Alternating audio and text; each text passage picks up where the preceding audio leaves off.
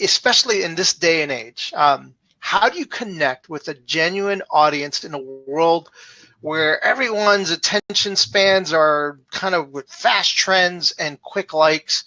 How do you cut through the, I don't know, literally the sort of the squirrel, kind of scenario that happens with people's attention? I mean, my personal view on it is I avoid the stuff that fractures and distracts me.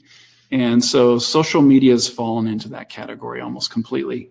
And I've even downgraded my smartphone so that I'm not hit with pings, because I don't care what everyone's thinking around the world. I just, like, I want to get into this deep focus. There's this great book called Deep Work that really dives into this. I want to get into this zone where I can just really have deep focus, uninterrupted, unfractured time.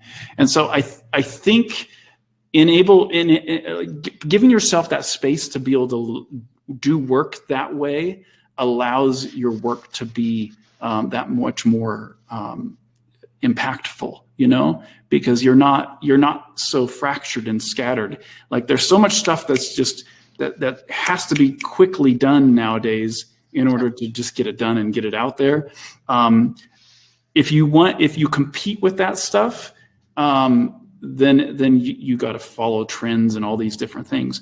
But if you can remove that distraction from your life and focus on the deep work that's meaningful to you, that you can actually spend a year working on, then that stuff, it stands out. You know what I'm saying? It really, it's easier to sell it after the fact, because it holds its own weight. When I was working on Remind, webcomics was kind of a newer thing at the time.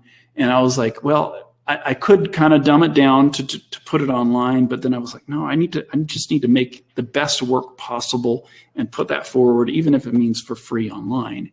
And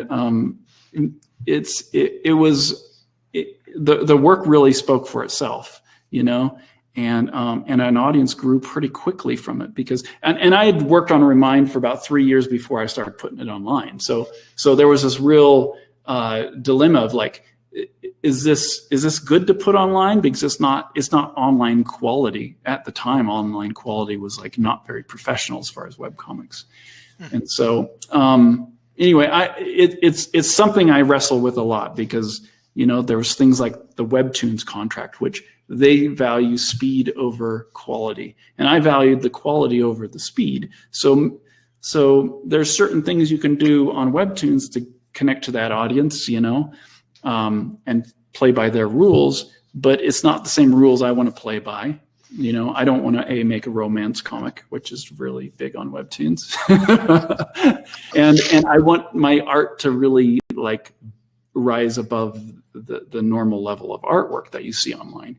So I would say remove the distractions as much as you can, unplug from social media as much as you can, get into a state of deep work where you're uninterrupted for hours if possible. If that means getting up at 5 in the morning or 4 in the morning and working for 2 hours before everyone else wakes up, then that's what you got to do to get into that place.